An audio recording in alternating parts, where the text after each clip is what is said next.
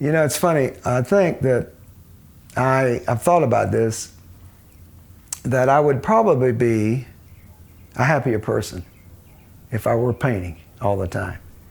So this begs the question, well then why the hell aren't you painting all the time?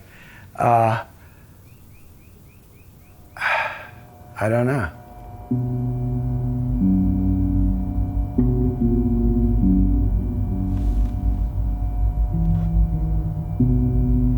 It's not so much fear of failure, that sort of thing. And of course, in the old days, your ego was so big that, you know, you wanted to be better than everybody else. You wanted to be more on the cutting edge of things and this and that and the other. And you had so much of this baloney that was going on in your head. At least with old age, you don't have a lot of that. You got through a lot of that absurdity. So you say, well, you're in a perfect situation then to just relax and do what the heck you want to do. You know, you're not going to be the next Picasso or the next Frank Stella or whatever else. So that's the $64,000 question. Then why in the heck aren't you working?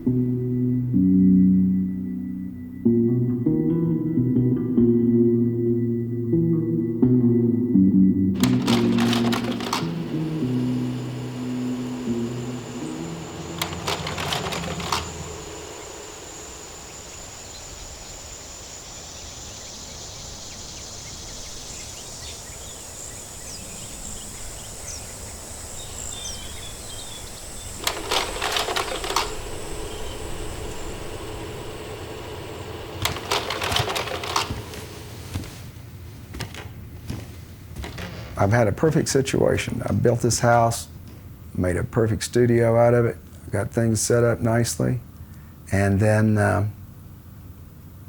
continue to make excuses to do other things. No. I could maybe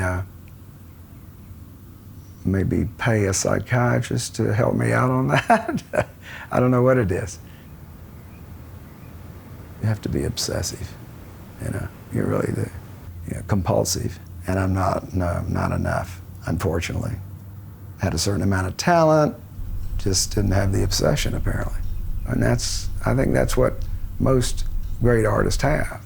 They can't let it go, you know.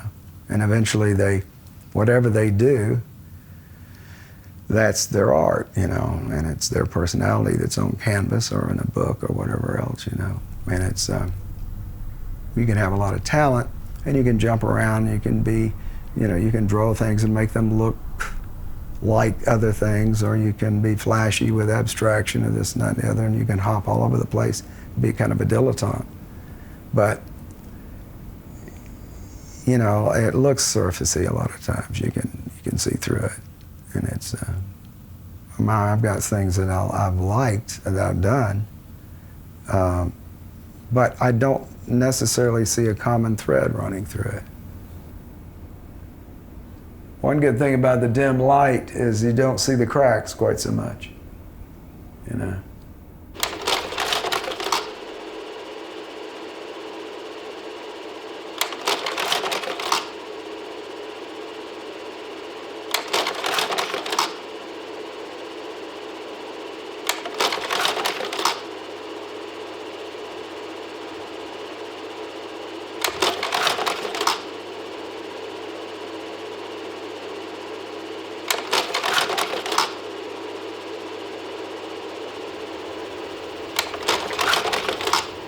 Well, here's one right in here. It's fairly, let's see what the date is.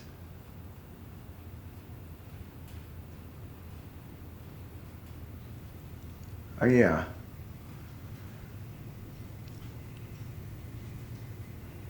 Here's maybe 1997.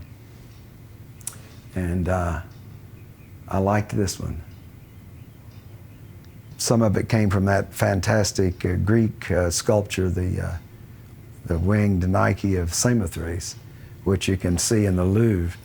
But here's one of the, I guess one of my later ones, and it was, like I say, 97.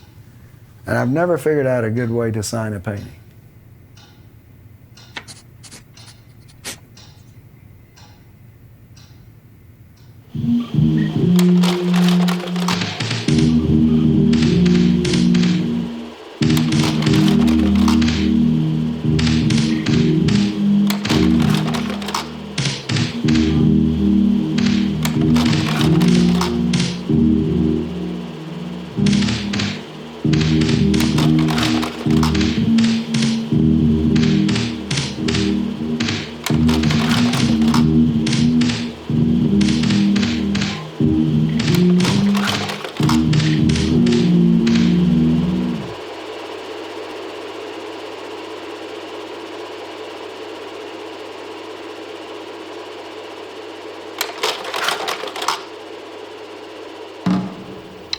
Had a big argument with a woman one time, and she was talking about, oh, isn't art fun? It's so satisfying, and I just feel so good. It just makes me feel so good painting, and da-da-da. I said, well, I can't agree with that at all.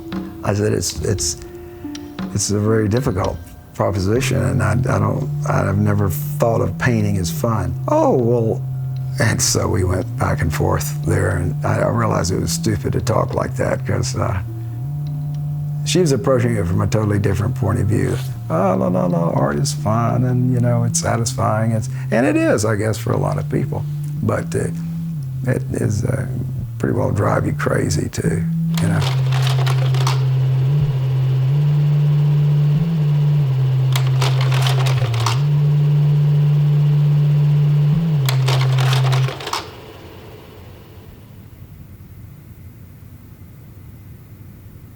There are a lot of people out there that have fantastic, super detailed ability. They can make a reflection of a fly's wing and a droplet of water and whatever else, and you can get very, very super photographic almost.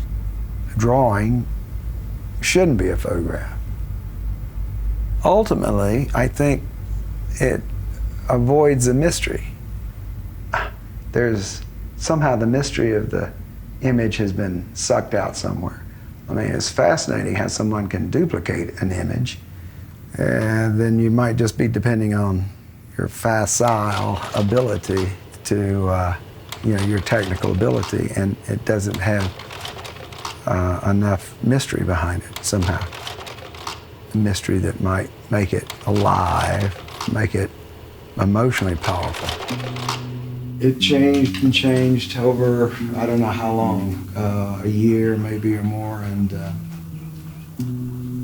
eventually ended up here, and no hand, no turban, and put into a real kind of traditional old masters chiaroscuro lighting, a made-up coat with buttons on it.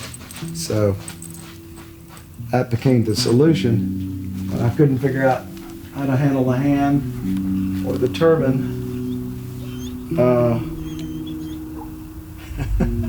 I ended up just putting everything in the shadow. How about that?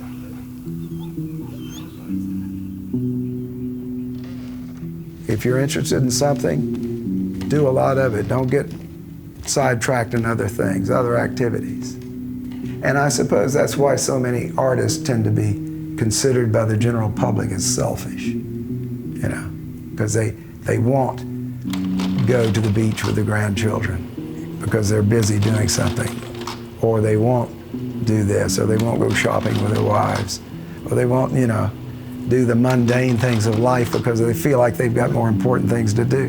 So it is a selfish factor, I think. It would be a natural selfishness with the compulsiveness, you know. It's not, you know, the wife then knows it's pointless to ask him to come shop with me, you know, because I might get something thrown at me. Or so, how many times have I told you that I don't want to be disturbed? So I guess maybe I'm just too bourgeois.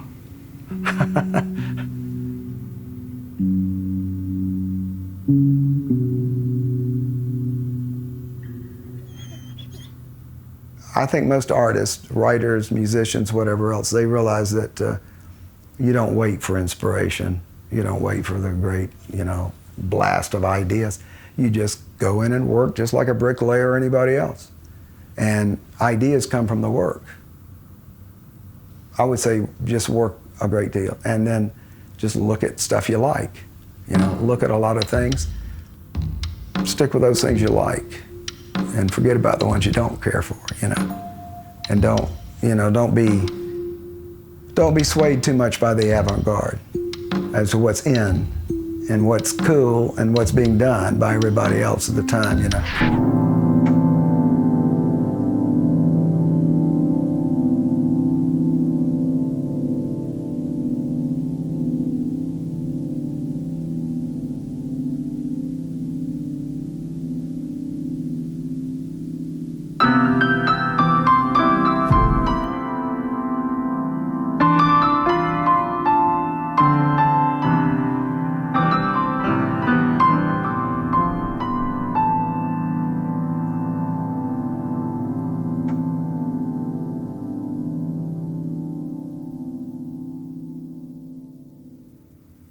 She wants attention, but she doesn't know how to receive it. You don't know how to receive it, do you?